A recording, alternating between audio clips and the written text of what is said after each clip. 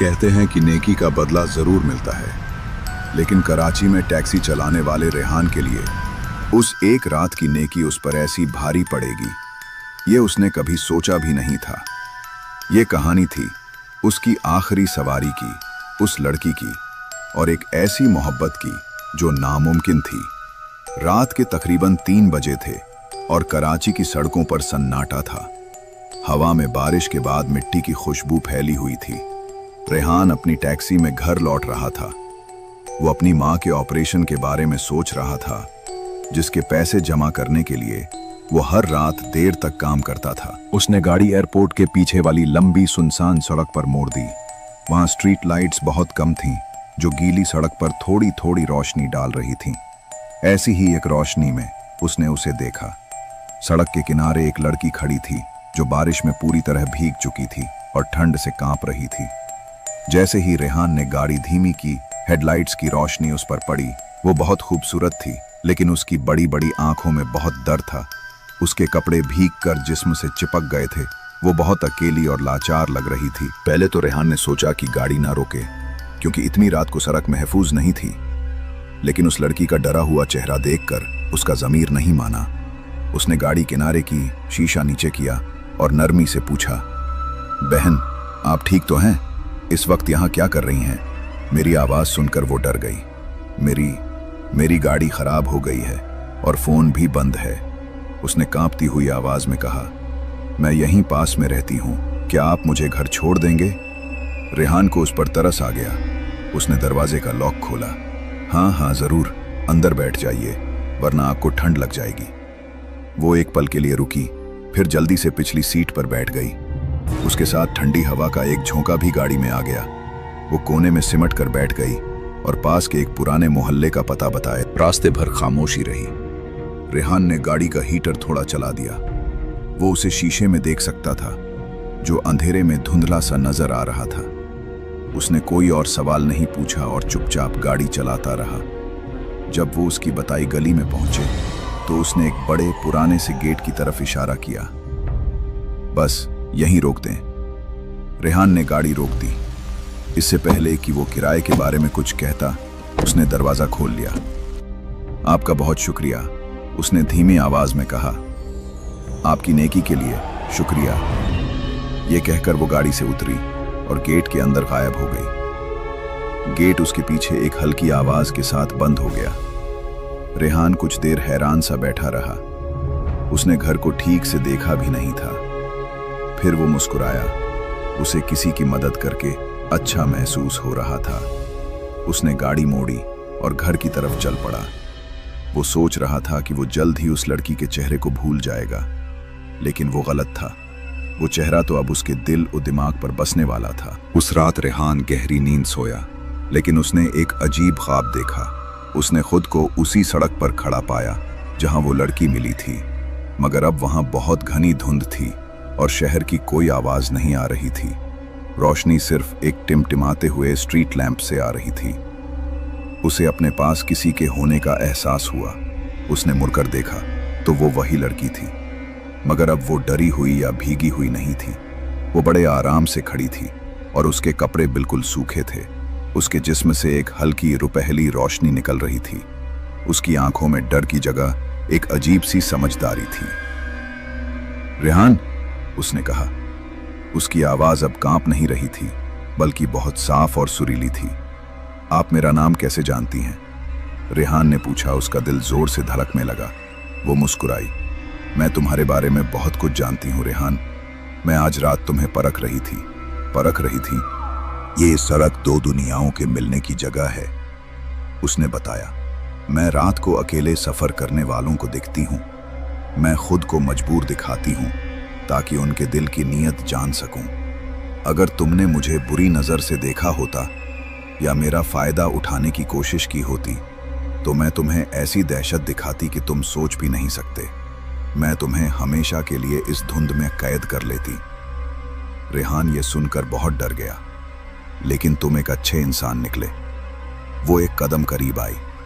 हवा में चमेली की खुशबू फैल गई। तुमने मुझे इज्जत दी। तुम्हारा दिल बहुत साफ है रेहान, और तुम्हारी इसी बात ने मुझे तुम्हारा दीवाना बना दिया है। एक जोर के झटके से उसकी आंख खुल गई। उसका जिस्म पसीने में भीगा हुआ था। बाहर से सुबह की अजान की आवाज आ रही थी। ये बस एक ख्वाब था, उसने खुद को समझाया। शायद थकान की वजह से आया होगा। वो उठा और दिन के कामों में लग गया, उस ख्वाब को भूलने की कोशिश करते हुए। लेकिन जब वो अपनी गाड़ी साफ करने गया तो उसे एक ऐसी चीज मिली जिसने ख्वाब को हकीकत बना दिया।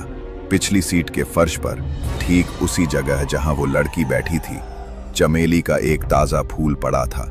वो खुशबूदार था और बिल्कुल सूखा था। उस दिन के बाद रेहान की जिंदगी बदलने लगी। शुरू में तो सब अच्छा था। उसकी पैसे की तंगी दूर होने लगी। उसे अच्छी अच्छी सवारियां मिलने लगी। कभी कोई अमीर आदमी उसे पूरे दिन के लिए बुक करता और ज्यादा पैसे देता। कभी कोई बुजुर्ग औरत थोड़ा सा सामान उठाने पर ही उसे बहुत सारी दुआएं और पैसे दे देती। ऐसा लगता था जैसे उसकी टैक्सी पर कोई मेहरबान हो गया है। उसे हर वक्त अपने आसपास किसी की मौजूदगी का एहसास भी होने लगा। यह एहसास डरावना नहीं था, बल्कि ऐसा लगता था जैसे कोई उसकी हिफाजत कर रहा हो। अगर कोई ड्राइवर उसे गलत तरीके से ओवरटेक करता तो थोड़ी दूर जाकर उसकी गाड़ी खराब हो जाती।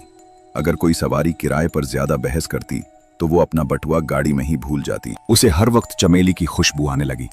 खाते हुए, गाड़ी चलाते हुए, नमाज पढ़ते हुए, अकेले में उसे किसी के हंसने की आवाज सुनाई देती। और जब वो थका होता तो उसे अपने कंधे पर एक नर्म, ठंडे हाथ का एहसास होता। वो जानता था कि ये सब वही कर रही है। वो उसके ख्वाबों में दोबारा आने लगी, मगर अब वो ख्वाब डरावने नहीं होते थे। वो खूबसूरत बागों और महलों के ख्वाब देखता, जहां वो लड़की जिसे वो दिल में परी कहता था उसका इंतजार करती। वो उसे अपनी दुनिया के बारे में बताती, जहां कोई दुख, बीमारी या गरीबी नहीं थी। उसने बताया कि वो अब रेहान को बहुत पसंद करने लगी है। मेरे साथ रह जाओ रेहान, वो ख्वाब में कहती। मैं तुम्हें हर खुशी दूंगी, तुम्हें कभी किसी चीज की कमी नहीं होगी, बस मुझे अपना लो। लेकिन रेहान बहुत डर गया था। वो एक मजहबी इंसान था और जानता था कि ये सब गलत है। दो अलग दुनियाओं के लोग एक नहीं हो सकते थे। उसकी मोहब्बत, जो पहले एक इनाम लगती थी, अब एक कैद महसूस होने लगी थी। उसकी सेहत खराब होने लगी। आंखों के नीचे हल्के पर्दे और वजन कम हो गया। वो हर वक्त खोया खोया रहता। अब वो मौजूदगी हिफाजत करने वाली नहीं, बल्कि हक जताने वाली बन गई थी। एक दिन उसने यूनिवर्सिटी की एक स्टूडेंट को गाड़ी में बिठाया। उन दोनों में थोड़ी बातचीत हुई। उस रात ख्वाब में परी बहुत गुस्से में थी। कौन थी वो लड़की? उसने गुस्से से पूछा। उसकी आंखें चमक रही थीं। तुम्हारा दिल सिर्फ मेरा है। अब रेहान की बर्दाश्त खत्म हो गई। यह अब ख्वाब नहीं था, ये एक ऐसा इश्क था जो उसकी जान ले रहा था। वो समझ गया कि अगर उसने मदद नहीं ली तो वो बर्बाद हो जाएगा। रेहान की मां ने जब अपने बेटे की ये हालत देखी तो वो समझ गई कि ये कोई आम बीमारी नहीं है। वो उसे मनाकर मंगोपीर में रहने वाले एक बुजुर्ग बाबा वली के पास ले गई। बाबा वली एक छोटे से कमरे में रहते थे, जहां हर तरफ किताबें और अगरबत्तियों की खुशबू थी। वो एक नूरानी चेहरे वाले बुजुर्ग थे। रेहान ने कांपती हुई जबान में उन्हें सब कुछ बता दिया। बारिश वाली रात से लेकर उस रात के ख्वाब तक सब कुछ। बाबा ने आंखें बंद करके पूरी बात सुनी। जब रेहान चुप हुआ तो वो कुछ देर खामोश रहे। फिर उन्होंने कहा, बेटा, तुम पर किसी बुरी चीज का असर नहीं है। मसला ये है कि एक ताकतवर जिन कबीले की शहजादी को तुमसे मोहब्बत हो गई है। वो शैतान नहीं है, लेकिन वो आग से बनी मखलूक हैं। उनके जज्बात हम इंसानों से 1000 गुना ज्यादा ताकतवर होते हैं। उसकी मोहब्बत सच्ची है, लेकिन वो तुम्हें जलाकर राख कर देगी, जैसे सूरज एक फूल को जला देता है। उन्होंने आगे कहा, वो तुम्हें आसानी से नहीं जाने देगी। तुम्हें उसे खुद ये दिखाना होगा कि तुम इस मिट्टी की दुनिया के हो और वो आग की। तुम्हें यह रिश्ता तोड़ना होगा। बाबा ने रेहान को एक तावीज दिया, इसे पहन लो। अगर वो तुम्हें छूने की कोशिश करेगी तो ये उसे तकलीफ देगा, लेकिन असली लड़ाई तुम्हें अपने दिल से लड़नी है। मैं तुम्हें कुछ आयतें देता हूं। सूरज डूबने के बाद इन्हें पढ़ना शुरू कर देना और रुकना मत, चाहे कुछ भी हो जाए। वो तुम्हें रोकने की बहुत कोशिश करेगी, मगर तुम हिम्मत मत हारना। रेहान दिल में उम्मीद और डर लिए घर वापस आया। उसने तावीज पहन लिया। रात होते ही वो नमाज पढ़ने वाली चटाई पर बैठ गया और आयतें पढ़ना शुरू कर दी। फौरन ही कमरे का माहौल बदल गया। हवा भारी हो गई और चमेली की खुशबू इतनी तेज हो गई कि सांस लेना मुश्किल हो गया। फिर उसे उसकी आवाज सुनाई दी जो चारों तरफ से आ रही थी। रेहान, ये क्या कर रहे हो? मुझे तकलीफ हो रही है, रुक जाओ प्लीज। क्या तुम मुझसे मोहब्बत नहीं करते? उसकी आवाज में मिन्नतें थीं। फिर वो रोने लगी और चीखने लगी। कमरे की लाइटें जलने बुझने लगी। रेहान को लगा जैसे कोई भारी चीज उसे दबा रही है, मगर उसने तावीज को मजबूती से पकड़ लिया और आयतें पढ़ता रहा। उसकी आंखों से आंसू बह रहे थे। उसे उस लड़की के लिए बहुत दुख हो रहा था, लेकिन वो जानता था कि उसकी अपनी जिंदगी दांव पर लगी है। ये सिलसिला बहुत देर तक चलता रहा और फिर अचानक सब कुछ शांत हो गया। बोझ हट गया, खुशबू चली गई और कमरे में सन्नाटा छा गया। थकान की वजह से रेहान वहीं सो गया और उसने आखिरी बार ख्वाब देखा। वो उसी धुंध वाली सड़क पर था। परी उसके सामने खड़ी थी। वो बहुत उदास लग रही थी।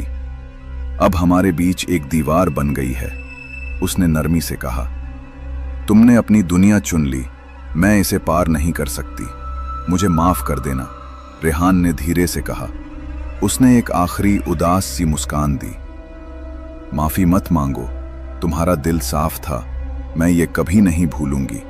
तुम्हारी नेकी मेरे लिए एक तोहफा थी, काश मैं उसे रख पाती। हमेशा खुश रहना रेहान।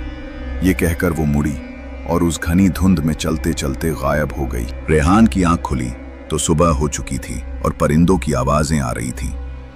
महीनों बाद उसका जहन बिल्कुल साफ और दिल हल्का था। उसकी जिंदगी वापस पहले जैसी हो गई, मगर अब वो बदल चुका था। वो अपनी छोटी सी जिंदगी और अपने परिवार के लिए पहले से ज्यादा शुक्रगुजार था। उसने फिर कभी उस सड़क पर रात में गाड़ी नहीं चलाई, लेकिन कभी कभी जब ठंडी हवा चलती है तो उसे लगता है जैसे हवा में चमेली की हल्की सी खुशबू है। उस नामुमकिन मोहब्बत की एक मीठी सी दर्द भरी याद। तो दोस्तों, ये थी रेहान की कहानी। क्या आपकी जिंदगी में भी कभी ऐसा कोई अजीब या नाकाबिले यकीन वाकया पेश आया है? हमें कमेंट्स में जरूर बताएं। हो सकता है हमारी अगली कहानी आपकी हो। वीडियो पसंद आई हो तो लाइक करें, दोस्तों के साथ शेयर करें और ऐसी मजीद कहानियों के लिए हमारे चैनल को सब्सक्राइब करना मत भूलिएगा।